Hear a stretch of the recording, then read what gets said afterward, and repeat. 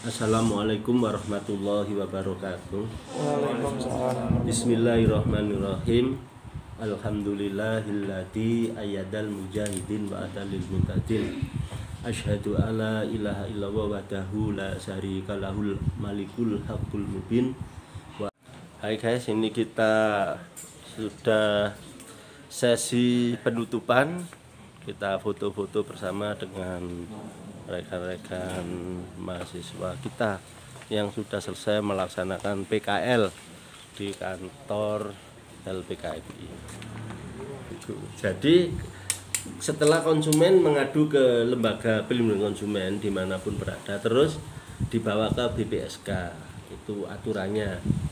Kenapa sih kok dibawa ke BPSK? Ya ini undang-undang ini mengayomi masyarakat supaya tidak berbayar, karena di BPSK gratis. Cuma ada kesalahan atau apa yang harus BPSK benahi, itu wajar, sebagai undang-undang itu belum sempurna. Misalnya konsumen itu datang ke BPSK, kan di sana mengisi permohonan, dan nah di sana tidak ada pendampingan seperti di pengadilan. Ternyata memang tujuannya benar tapi menjadi tidak efektif. Konsumen tidak boleh didampingi advokat, bahkan tidak didampingi oleh LPKSM. Tapi ternyata mungsunge pelaku usaha itu kan bukan pemiliknya. Kalau perwakilan cabang Malang, cabang Bojonegoro, misalnya ini Adira begitu ya, kita sebut Adira. Nah Adira kan maksudnya undang-undang tadi pemiliknya yang datang sendiri, tapi itu kan tidak memungkinkan, sehingga terpaksa Adira itu menunjuk advokat. Nah, akhirnya di situ tidak terjadi keseimbangan lagi. Kan tujuannya awal tadi pemerintah mau supaya undang selesai, ini pemiliknya dengan korban langsung. Ternyata tidak bisa seperti itu, karena terpaksa Adira atau ACC itu pakai advokat, sedangkan konsumen tadi tidak boleh didampingi oleh advokat. Nah ini kelirunya di situlah. Ya, semoga nanti amandemen yang berapa ini, walaupun Undang-Undang Nomor 8 belum prioritas, tapi setidaknya sudah dicanangkan amandemen tentang Undang-Undang Nomor 8 ini. Pak, kemarin kan pas sempat ketemu Pak Kawana ya Pak ya. Niku kalau pernah sempet tanya gini, Pak, LPKNI itu dapat mendampingi konsumen niku non litigasi ngoten bisa tak Pak? Soalnya kan kayak penyelesaian perkara kan ada jalur non litigasi dan litigasi di pengadilan. Kalau LPKNI ini dapat mendampingi konsumen sampai tingkat pengadilan gitu ya. Jadi itu menurut Undang-Undang Nomor 8 tahun 99 tentang perlindungan konsumen, itu pasal 46 ayat 1, pasal 46 ayat 1 huruf C. Itu di situ sudah tertulis sebenarnya. Jadi LPKSM itu dapat beracara di pengadilan, itu namanya legal standing. Nah, legal standing yang pengurus suatu organisasi itu ada 3 di Indonesia. Organisasinya itu organisasi buruh, walaupun bukan advokat, pokoknya pengurus boleh beracara di pengadilan. Lalu yang kedua organisasi lingkungan hidup, walaupun tidak advokat kan boleh beracara di pengadilan karena diatur khusus. Leg spesialis, darajat leg generalis, jadi itu diatur khusus. Terus yang ketiga organisasinya adalah LPKSM tadi. Ya, tadi kan LPKSM sudah sesuai undang-undang toh, tapi kan ternyata di pengadilan belum menerima LPKSM beracara di pengadilan. Tahun-tahun terakhir ini dibolehkan, tapi nyatanya NU semua, sehingga LPK ini mencari jalan keluar tadi dikombinasi. Jadi pengurus LPKNI harus advokat, sehingga kalau ada klien atau konsumen mengadu ke LPK, yang maju avokatnya, sehingga supaya tidak merugikan konsumen. Berarti bukan atas nama LPKNI ya Pak, tapi atas nama advokat LPKNI. Ya, jadi atas nama avokat akhirnya. Karena kalau atas nama LPKNI nanti NO rugi. NO itu gugatan tidak dapat diterima. Jadi nanti hakim itu diesepsi oleh avokat pihak lawan. Jadi diesepsi LPKNI tidak berhak, undang-undangnya dibacakan, akhirnya Pak Hakim menyatakan tidak dapat diterima gitu.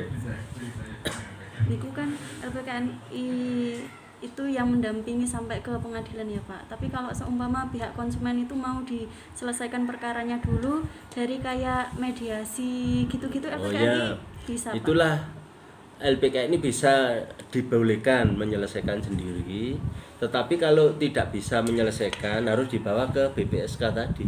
Berarti harus lewat BPSK ya, nggak karena bisa BPSK berjalan sendiri gitu. Nggak bisa, jadi BPSK itu mengeluarkan putusan. Kalau LPKNI kan nggak bisa menerbitkan putusan. Nah kalau BPSK putusan BPSK ono menghukumnya. Nah, kalau mediasinya ada di LPKNI tidak bisa menghukum.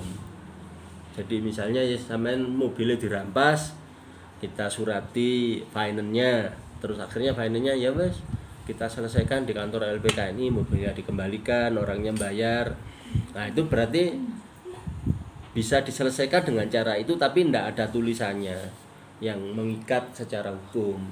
Tapi kalau di BPSK ada putusan BPSK-nya, ada hukum-hukum yang harus ditaati oleh kedua belah pihak. Nah, itu menurut saya begitu, karena selama ini ya hanya mediasi ya memang kita jalankan, tapi terus mobilnya tidak mau mengembalikan, kan kita tidak bisa memaksa. Kalau BPSK itu kan instansi pemerintah yang LPKSM jadi hakim di sana 3 orang. Itu hakimnya 9, 3 orangnya dari LPKSM, 3 orang lagi dari pemerintah, 3 orangnya lagi dari asosiasi pelaku usaha. Itu jadi diselesaikan di sana, ada hukum-hukumnya. Dalam hal pelaku usaha itu disurati LPKNI itu tidak mengembalikan barang yang dirampas itu.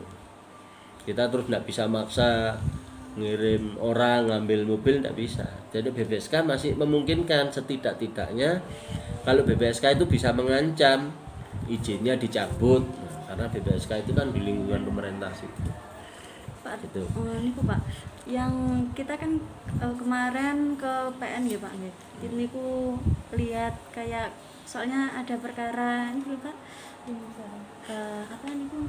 Perkara apa yang kemarin tuh? Ya, perkara kemarin perkara nomor 168 itu koperasi.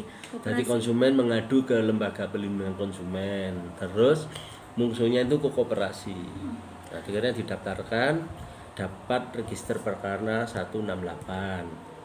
Nah, itu gugatannya kita tidak bisa menggunakan LPKSM, LPKNI. Jadi gugatannya menjadi gugatan avokat biasa.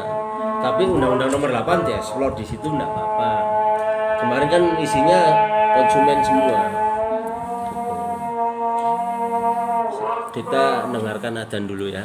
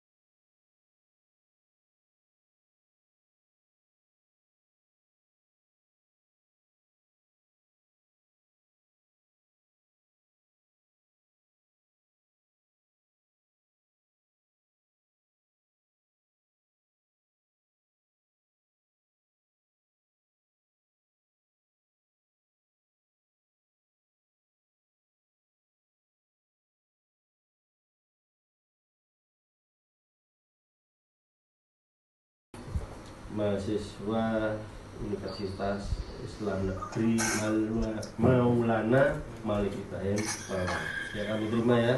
Terima kasih atas cindera matanya.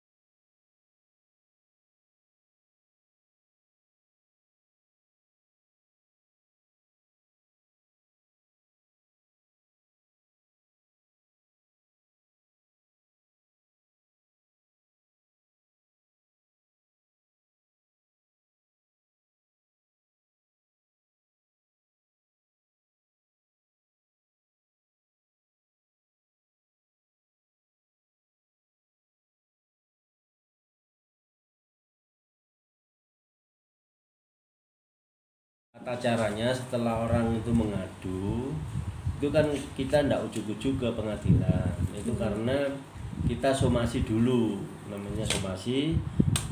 Calon tergugat kita itu kita somasi, diharapkan tidak sampai ke pengadilan. Tapi nyatanya setelah kita somasi itu kan tidak membalas surat, tidak merespon.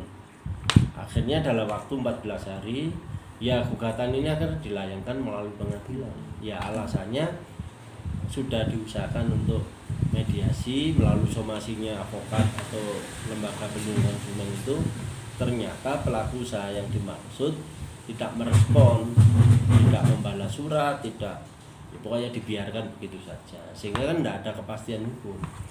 Nah, untuk yang seperti itu LPKNI akhirnya membuat gugatan di pengadilan dengan atas nama advokat. Atas nama ya divisi advokat. Yang maju advokat sekarang. Jadi karena sudah terbukti kalau langsung pengurus LPKNI ke pengadilan itu oleh pihak lawan dieksepsi bahwa LPKNI tidak berhak, yang berhak adalah advokat, ya seperti itulah eksepsinya. Atas dasar apa nih Pak? Undang-undang? Atas undang-undang advokat. Oh, Itu ya, jadi yang berhak memang atas. Untuk itulah LPKNI di seluruh Indonesia itu menyiapkan divisi-divisi advokasi, sehingga kalau litigasi tidak bisa, non litigasi nggak bisa, litigasi langsung. Itu pakai undang-undang advokat.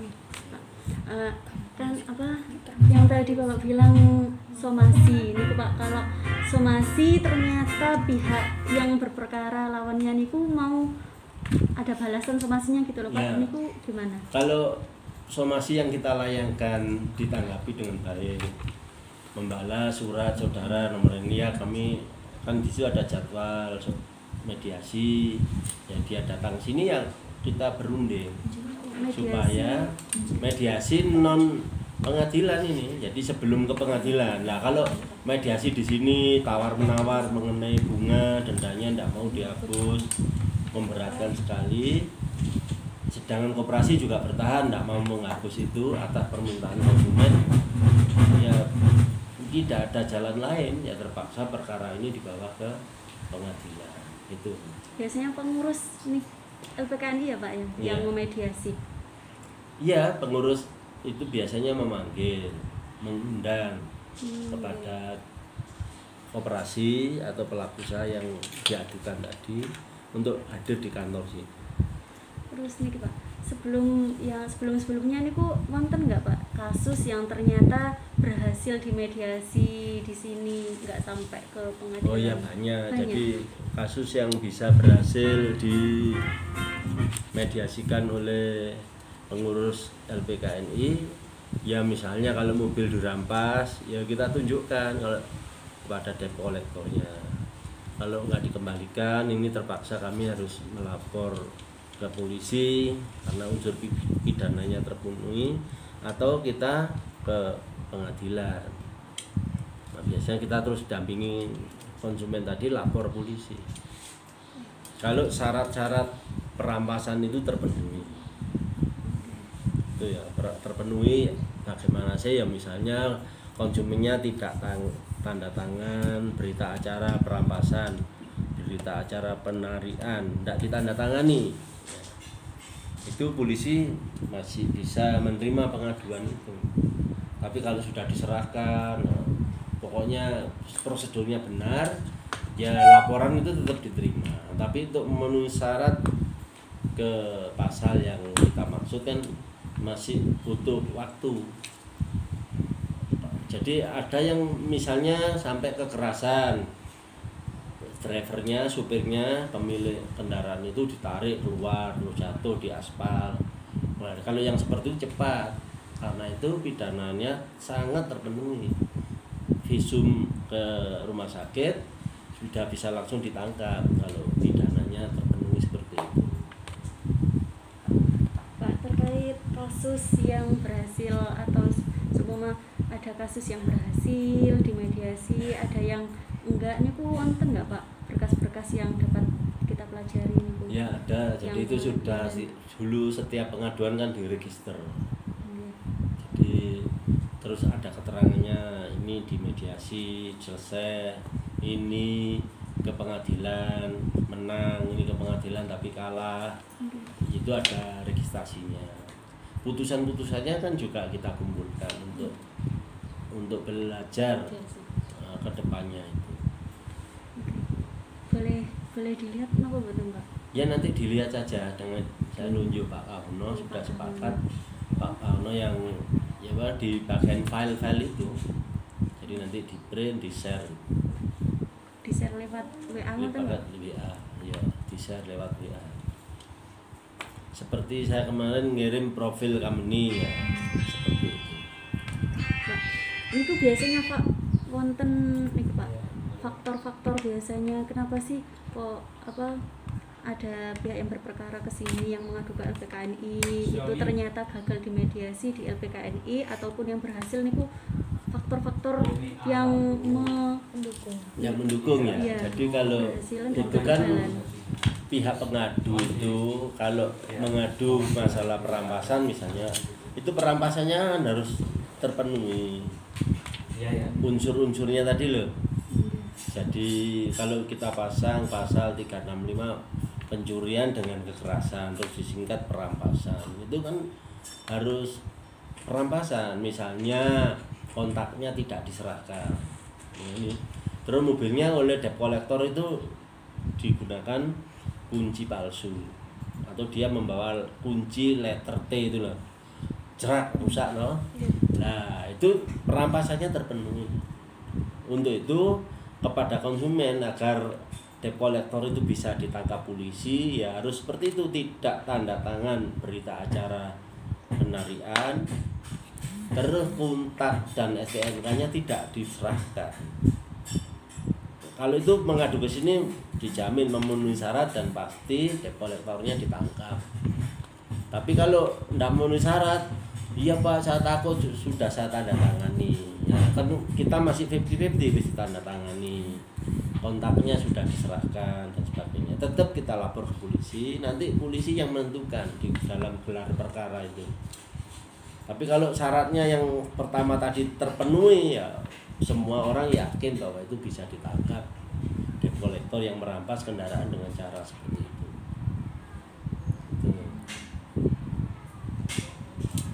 Itu mengenai pengaduan itu kenapa ada yang sukses ada yang tidak ya karena kronologisnya tadi. Jadi kalau kronologisnya untuk itulah konsumen itu harus cerdas itu.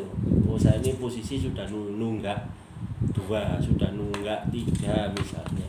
Itu harus konsultasi dengan LPKNI, nanti diberitahu tata caranya supaya pengaduannya nanti diterima oleh Polres. Kalau diserahkan, kontak diserahkan, ya itu agak sulit lah, tapi tetap saja bisa diadukan. Nah seperti itu, karena konsumennya kan takut, jadi harus diserahkan ya. Karena ketakutan. Nanti yang menentukan pasalnya kan polisi, memenuhi enggak ini. Ada lagi yang ditanyakan? Yang file sejarah LPKN ini Ki bisa langsung tanya ke Pak Kauno ya, sejarah LPKN ini berdirinya kapan, strukturnya, visi misinya, kan kita sudah punya majalah. Dulu kita tertib kalau membuat majalah. Nah, ini company profil. Oh, niki disebar ke masyarakat ngoten to, Pak? Iya, enggak ya. Kan banyak yang membutuhkan company profil. Ini kan ada laporan-laporannya. Mana laporan ini waktu kita bersidang di Jenewa. Nah, perizinannya juga dilampirkan di sini. Punya sertifikat halal LPKNI.